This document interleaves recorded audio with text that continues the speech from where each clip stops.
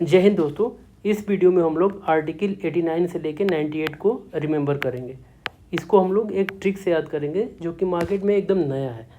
तो देखिए, जो 89 से लेकर 98 में क्या है, ऑफिसर ऑफ पार्लियामेंट की बात करता है। ऑफिसर ऑफ पार्लियामेंट की बात हो रही है इसमें।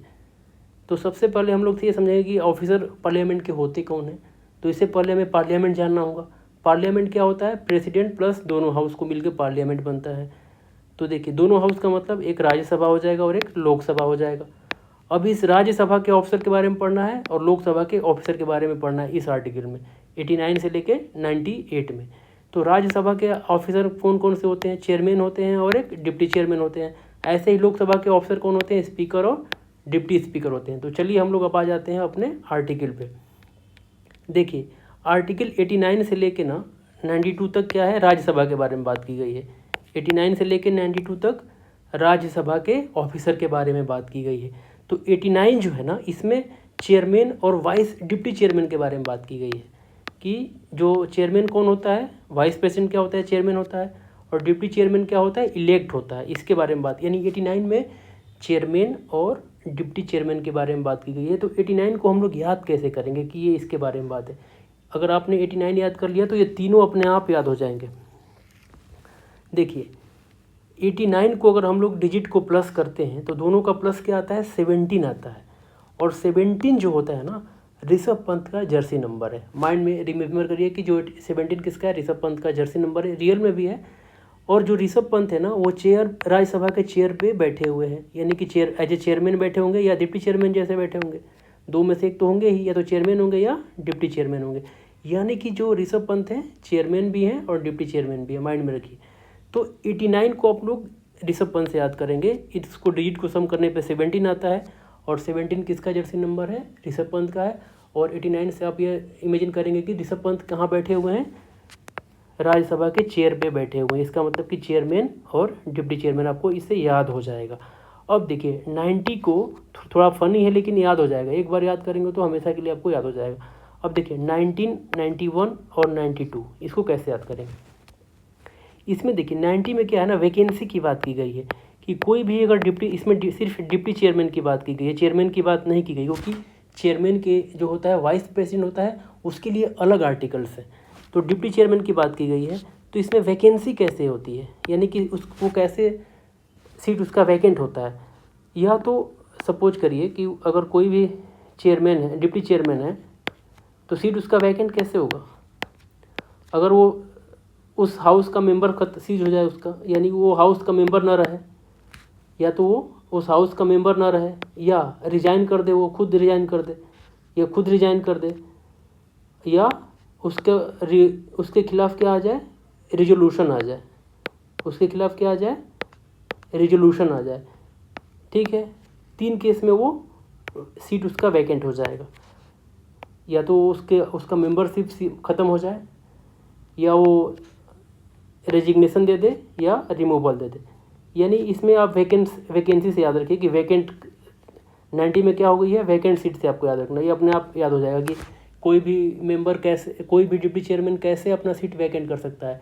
या तो उस सीट का या तो उसकी मेंबरशिप ख़त्म हो गई हो, या रिजाइन करके कर सकता है, या उसको हटाया जा सकता है। ठीक है, 3 तरीके से उसको सीट वैकेंट हो जाएगा। तो 90 में क्या है, वैकेंसी होगी। और 91 में क्या है, ऑप्शंस की बात है। सपोज करिए कि चेयरमैन नहीं है, तो उस केस में क्या होगा, डिप्टी चेयरमैन प्रिसाइड करेगा, परफॉर्म करेगा चेयरमैन की ड्यूटी।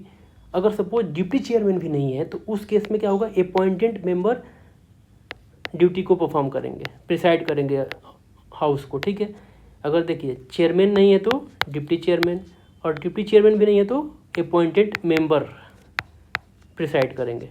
ठीक है, ये आपको माइंड में रखना है। यानी कि यहाँ पे ऑप्शंस की बात हो रही है। 91 में क्या, ऑप्शंस की बात हो रही है। ऐसे ही रिमूवल की बात हो रही है। अगर सपोज करिए कि 92 में रिमूवल की बात हो रही है, यानी अगर चेयरमैन को, वाइस चेयरमैन या चेयरमैन के अगेंस्ट में रिजोल्यूशन आया है रिमूवल का, हटाने का प्रस्ताव आया हुआ है, तो उस केस में वो प्रिसाइड नहीं करेंगे। उस केस में वो लोग प्रिसाइड नहीं करेंगे।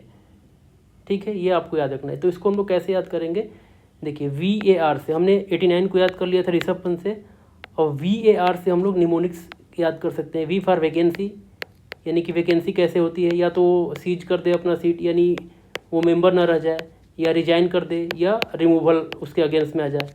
3 तरीके से वैकेंसी हो सकती है। ऑप्शन के केस में हमने पढ़ लिया कि अगर चेयरमैन ऑप्शन है तो डिप्टी चेयरमैन, अगर डिप्टी चेयरमैन ऑप्शन है तो अपॉइंटेड मेंबर प्रिसाइड करेंगे। ठीक है। ऐसे रिमूवल के केस में क्या करेंगे, रिमूवल वाले केस में क्या करना है कि रिमूवल वाले केस में ना वो प्रिसाइड नहीं कर सकते, रिमूवल वाले केस में वो प्रिसाइड नहीं कर सकते। ठीक है, प्रिसाइड नहीं कर सकते। यानी कि VAR से ऋषभ पंत हमने याद कर लिया और VAR याद कर लिया, तो ये हमारा तीनों आर्टिकल अपने आप याद हो जाएगा, चारों आर्टिकल अपने आप याद हो जाएगा। ऋषभ पंत 89 हो जाएगा। ऐसे ही यानी कि चेयरमैन डिप्टी चेयरमैन, ऐसे V से वैकेंसी कब वैकेंसी की बात की गई है, ठीक है 90 में। और A से ऑप्शंस की बात हो गई है कि जब चेयरमैन नहीं रहेगा तो डिप्टी चेयरमैन, और डिप्टी चेयरमैन नहीं रहेगा तो अपॉइंटेड मेंबर होगा। और R में क्या है, रिमूवल की बात हो गई। अब देखिए ये जो चारों है ना, सेम टू सेम इसमें भी, लोकसभा में भी ऐसे ही है, चारों आर्टिकल सेम है, चारों आर्टिकल सेम है। देखिए इसमें सिर्फ लोकसभा हो जाएगा, स्पीकर हो जाएगा, डिप्टी स्पीकर हो जाएगा। वहाँ पे चेयरमैन था और डिप्टी चेयरमैन था, यहाँ पे स्पीकर और डिप्टी स्पीकर। यानी कि अगर आपने इसको याद कर लिया, राज्यसभा को याद कर लिया, तो लोकसभा अपने आप याद हो जाएगा। यहाँ पे वर्क ही नहीं करना है। बस एक आप याद कर लीजिए कि 93 कैसे याद करेंगे आप।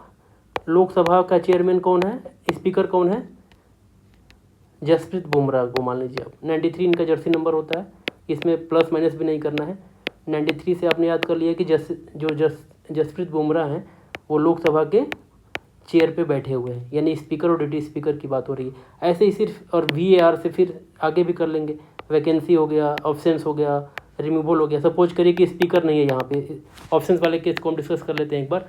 अगर स्पीकर ऑप्शन है तो डिप्टी स्पीकर, अगर डिप्टी स्पीकर भी ऑप्शन है तो उस समय अपॉइंटेड मेंबर। सिमिलर है, यानी कि आपने इसको याद कर लिया तो वो याद हो जाएगा, और अगर आपने इसको याद कर लिया, राज्यसभा को याद कर लिया, तो अपने आप लोकसभा भी याद हो जाएगा, क्योंकि सिमिलर है। इसमें भी VAR हमने फॉर्मूला बनाया, वैकेंसी, ऑप्शन, रिमूवल, तो आपने ये याद कर लिया तो ये अपने आप याद हो जाएगा।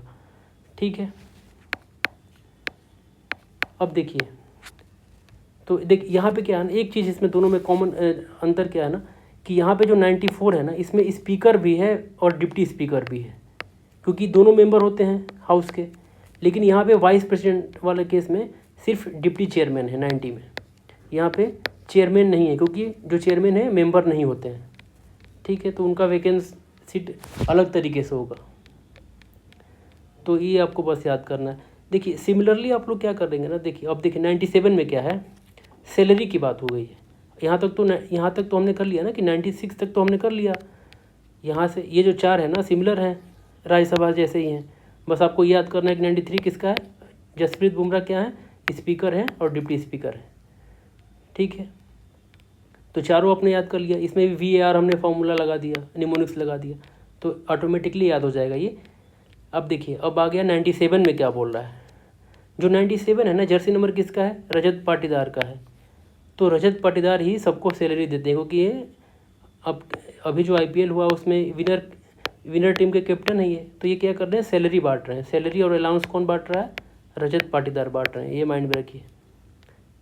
क्योंकि इनका जर्सी नंबर क्या है, 97 है, तो 97 आर्टिकल भी लिंक हो जाएगा इसी से। रजत पाटीदार क्या कर रहे हैं, सैलरी बांट रहे हैं सभी लोगों को। 98 में अब ये याद कर लीजिए आप, 98 में क्या है, सेपरेट सेक्रेटेरिएट रहेगा, यानी कि सचिवालय रहेगा। क्या होगा, सेपरेट क्या होगा, सचिवालय रहेगा दोनों हाउस का। जैसे लोकसभा का अलग सचिवालय रहेगा और राज्यसभा का अलग सचिवालय रहेगा, ये याद करना। देखिए अब इसी तरह से ना, अब इसी में देखिए, अब इसमें याद नहीं करना। अब यहाँ पे ऑफिसर ऑफ स्टेट लेजिस्लेटिव की बात हो रही है, तो जो हमने अभी याद किया, जैसे 89 याद किया हमने, इसमें अगर आपने 89 याद कर दिया तो यही क्या हो जाएगा, राज्यसभा के लिए, स्टेट के लिए हो जाएगा। यानी कि जितना आर्टिकल है ना, सब में अगर हमने 89 कर दिया तो किसका हो जाएगा, ऑफिसर ऑफ स्टेट लेजिस्लेटिव के लिए हो जाएगा। ठीक है, यानी 178 टू लेके 187 ये किसकी बात करता है, ऑफिसर ऑफ स्टेट लेजिस्लेचर की बात कर रहा है। क्या करना है, पार्लियामेंट वाले में सिर्फ 89 प्लस कर देना है, सब में सिमिलर हो जाएगा, डिटो एकदम आ जाएगा। लेकिन इसमें क्या है ना कि सीक्वेंस थोड़ा चेंज हो जाएगा। उसमें क्या था, लेजिस्लेटिव असेंबली इसमें पहले आएगा और लेजिस्लेटिव काउंसिल बाद में आएगा। उसमें जैसे यहाँ पे राज्यसभा के जगह पे आ गया ये राज्यसभा की जगह पे आ गया और ये लोकसभा के जगह पे आ जाएगा, विधान परिषद। ठीक है, और सिमिलर रहेगा, इसमें भी स्पीकर होता है, इसमें डिप्टी स्पीकर। ठीक है, इसमें चेयरमैन और इसमें डिप्टी चेयरमैन। तो आप लोग अगर आपने ये याद कर लिया तो ये भी आर्टिकल आपको इजीली याद हो जाएगा। सिर्फ क्या करना है, पार्लियामेंट में 89 प्लस कर देना है तो आपका ऑफिसर ऑफ स्टेट लेजिस्लेटिव मिल जाएगा। और इसका ऑफिसर जो स्टेट लेजिस्लेचर क्या होता है, विधानसभा और विधान परिषद। तो विधानसभा पहले आएगा और विधान परिषद बाद में आएगा, यानी फर्स्ट 4 के लिए, सेकंड 4 के लिए, और फिर 2 सेक्रेटेरिएट भी रहेगा उसका भी, और उसका भी क्या होगा, सैलरी अलाउंस मिलेगा।